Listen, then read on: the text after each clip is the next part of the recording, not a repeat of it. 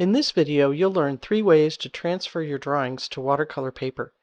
It's best to do your drawings on another sheet of paper and transfer them because repeated erasing can affect how your paper takes the paint. I call the first method the graphite self-transfer method. For this, you'll need a woodless pencil. That's a pencil that has no wood, just graphite all the way through. Flip the paper over, and on the back side, wherever there are marks that you wish to transfer, scribble on the back, leaving a film of graphite. Basically, you're making your own carbon paper, except that carbon paper is wax-based, so we wouldn't want to use it because it would resist the watercolor paint. Now on the front, using something that will give you a nice firm point, such as a ballpoint pen, simply trace the drawing, and the graphite from the back will be transferred to your watercolor paper along the lines that you trace.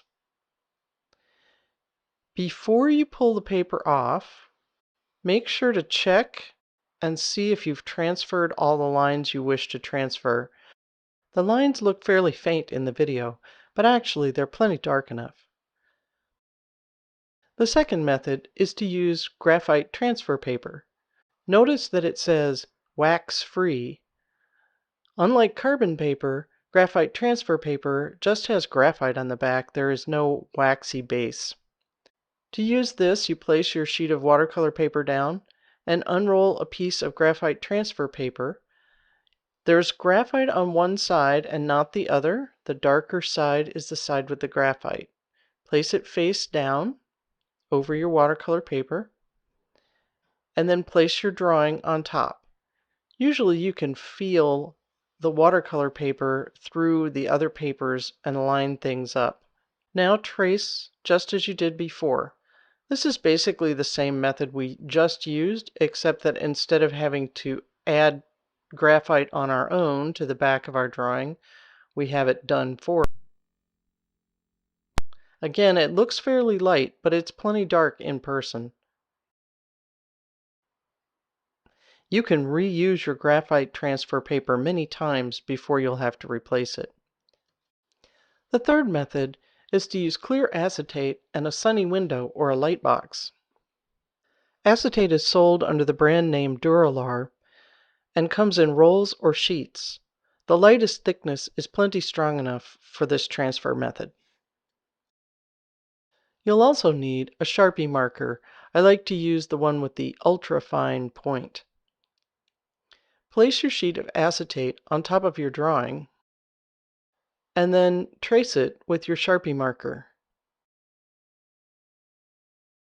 Once again, check and make sure you've transferred all your lines before you move your pages apart.